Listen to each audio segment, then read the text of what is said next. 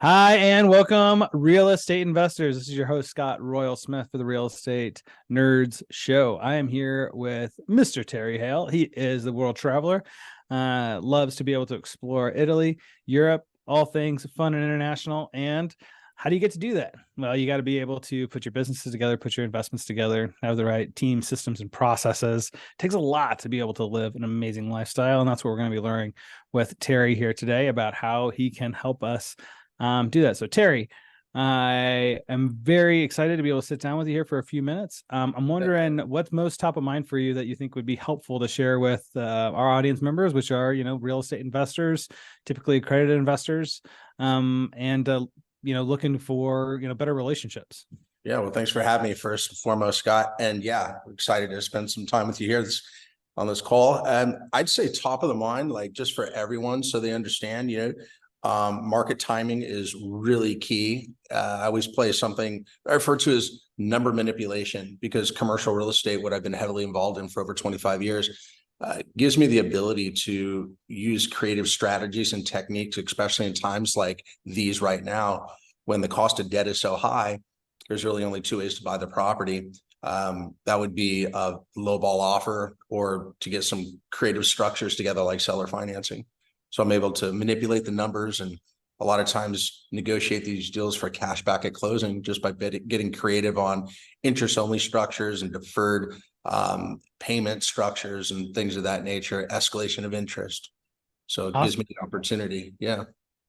I love it, Terry. And how long have you been in the real estate game, in the investing game? So I've been in the investing game for a total now of close to 30 years. So I'm 51 years young now. And I started out, I had a mentor that brought me on that was a construction and a developer, an investor, and extremely wealthy, and brought me under his wing for like the first 5 years in business and showed me how to get out there and reposition property. But then, of course, it didn't work for me because I wasn't as wealthy and I couldn't take on property, buying it at low caps and playing appreciation and depreciation and having all that ready capital available to reposition. So I had to get creative, and what I did was reinvent utilizing these strategies and techniques. That's awesome, man. And Yeah. then do you and a lot of people right now are really struggling with trying to find like good deals. They're like, wow, man, interest rates are so high. It looks like inventory is like really low. Everything's getting super compressed. And typically going into, what I see people going into now are like, hey, oil and gas, like machinery plays, or big self-storage unit syndication deals that are 25 million plus, raises, I'm curious, what kinds of things are you finding value in that you're creating for investors, or that you're seeing as like where people should be looking Yeah. Both online and offline, of course, just like most people, are on your average investor looking, like, obviously not for huge syndication plays, 25 million plus, because that's typically off market insider deals. I find that those properties, they get locked up and they go through that long process of the raising capital and reposition. I found this like little hidden niche. I don't mind sharing it because I don't fear competition, especially with, as you just mentioned, self-storage. There's over 50,000 self-storage facilities across the nation that are not your climate controlled, brand new generation storage, which are the new developments that we see coming up all over the place. This was a while back where self-storage wasn't really a location per se, like a bank or a McDonald's. It's more so a destination. So it's an industrial property type built off the path of progress. And maybe they just didn't want to have these around master plan communities because they're not that pretty looking, just ugly boxes on dirt. So, but I found this little niche where most people stay away from the little, when I call them onesies and twosies, I'm talking about 100 unit, 200 unit facilities. Because when you look at the numbers on all the gross income that it's made, one of your huge itemized expenses is your management. And the manager typically eats up so much of that income that if somebody were to buy that property, it's not going to cash flow that heavy. And what I found is this modernization automation niche where I'm able to identify a certain area and to note that I'm not the big fish in the small pond, that I'm the small fish in the big pond. So there's plenty of activity and plenty of facilities. And then I'll go and I'll pop 1, 2, 3, 4 facilities all around that 100 to 200 unit range and put together a little portfolio.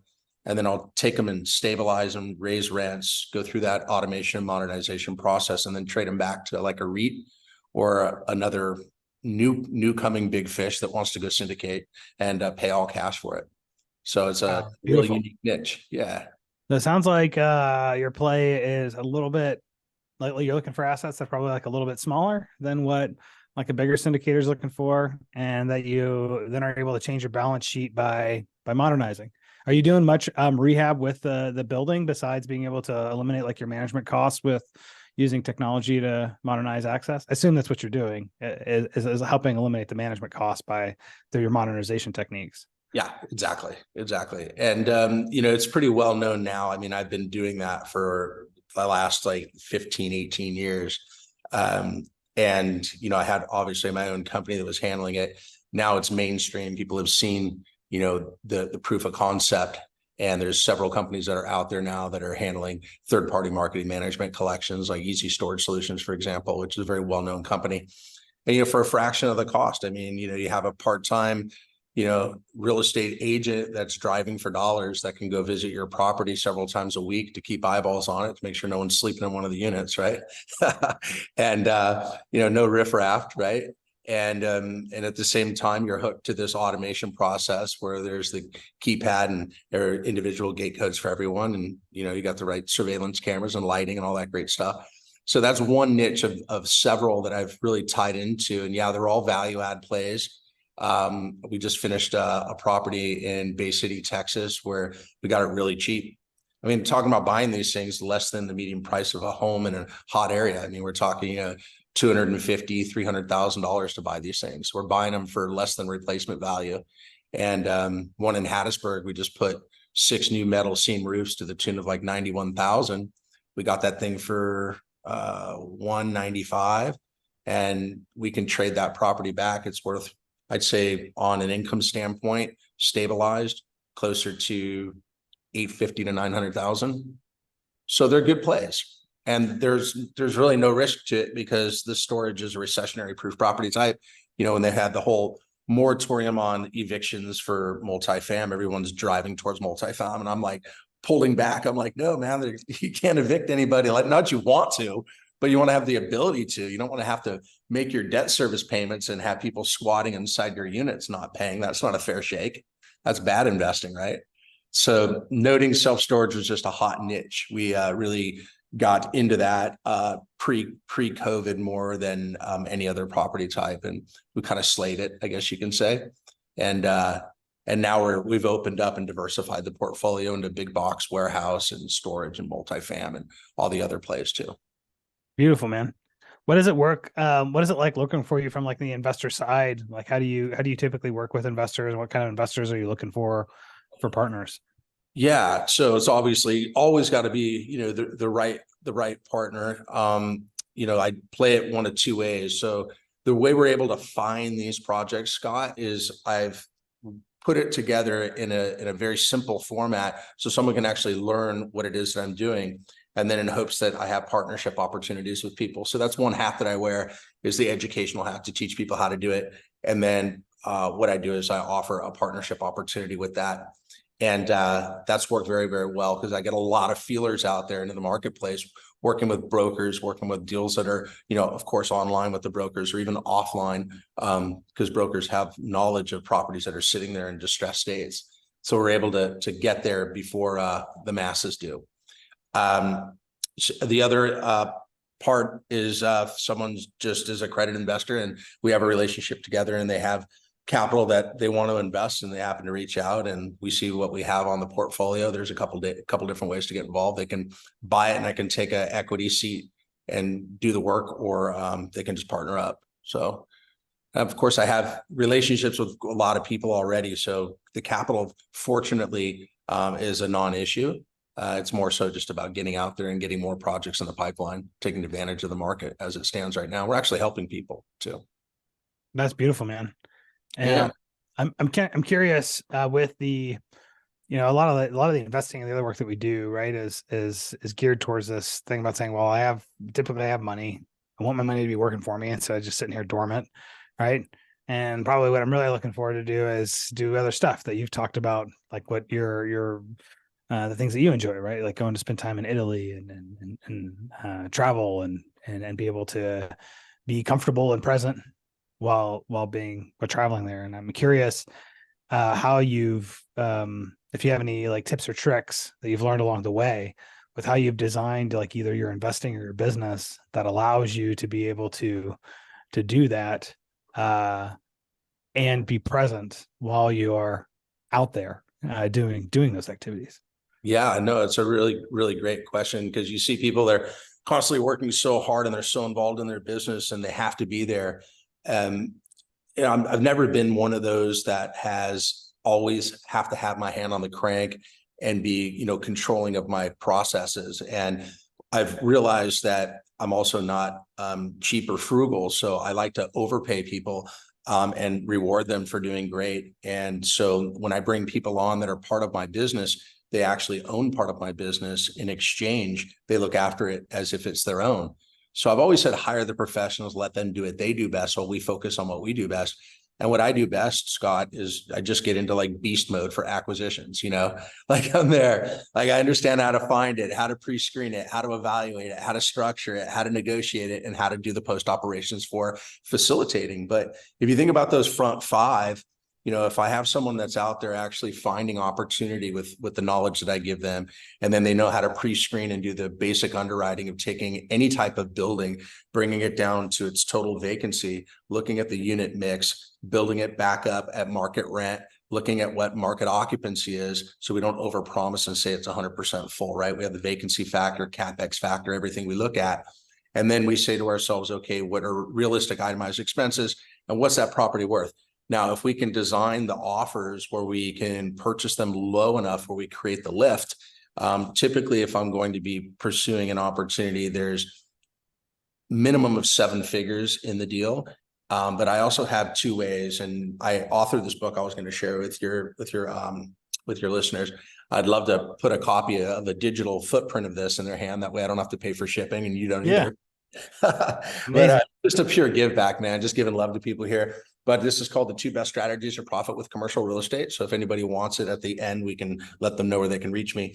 But with these strategies, wholesaling is a very bad word in commercial real estate. Like if people think you're a wholesaler, they're like, oh man, they don't have the money. They're just going to wholesale it. They're going to act like a broker. They're going to take the money and run. But that's not really the case, because we do all the work up front by packaging it in that underwriting with an offering memorandum, and we have our best intent to move forward, but sometimes we just don't move forward on deals. And I put together the Commercial Buyers Club, which has over 12,000. I think the last time we checked, over 12,000 people on there. These are hungry buyers, but a heck of a lot of tire kickers, but hungry buyers, which is great. And I'm sure your listeners are seeing this stuff out on social media channels where people are selling properties as well. But we just do it in a way where we've designed an opportunity for people to look at it and have the same type of offering that, a broker to put together, where it's so detailed with charts and facts and everything that the deal is justifiable and there's room on it. So that's one way that we've moved them. And I don't move a project to the Buyers Club unless I can make a minimum of 6 figures. So yeah, it's a lucrative opportunity to move right now. The market timing is everything. We're finding, if someone goes on LoopNet and you click the little filter section on there and you go down to where the keyword section is and you put in the 2-word seller financing and you click go, you're going to see there's just a ton of opportunity out there across the board. That's fantastic, Terry. Thanks for sharing those words of insight. And I'm curious, like for anybody that wants to connect with you, I mean, that book sounds fantastic. For them to get access to that, is there any other way that's a good way for people to get into your circle? Sure, man. Yeah, I'm easily accessible. Terry Hale. You can go to terryhale.com. And if anyone wants a copy of this, all you have to do is shoot me an email to support@terryhale.com.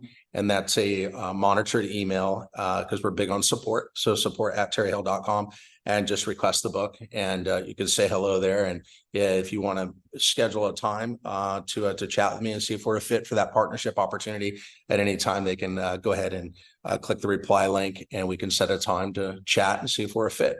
It's not anything salesy. It's just looking for great partners to do great business with great opportunities. Awesome, Terry. What I love about what you put together, man, is that you're, you're actively like putting together deals. You're raising capital, like from people to be able to find people that want to do passive investments.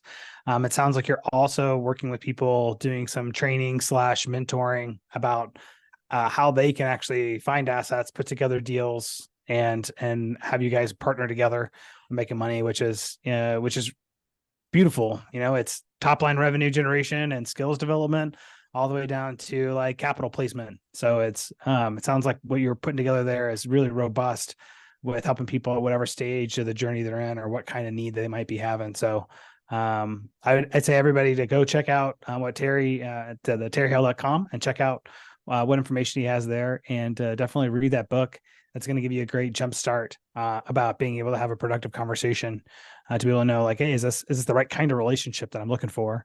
From everything I can see, guys, it looks really great. So it's a place to say it doesn't cost you anything to learn more, and this is the place to put that time and energy and effort is into learning and building relationships. And that way you can, guarantee your path to success as much as we all possibly can. That's by doing that. So thank you so much, Terry, for coming on the show here today. Everybody go check out terryhill.com.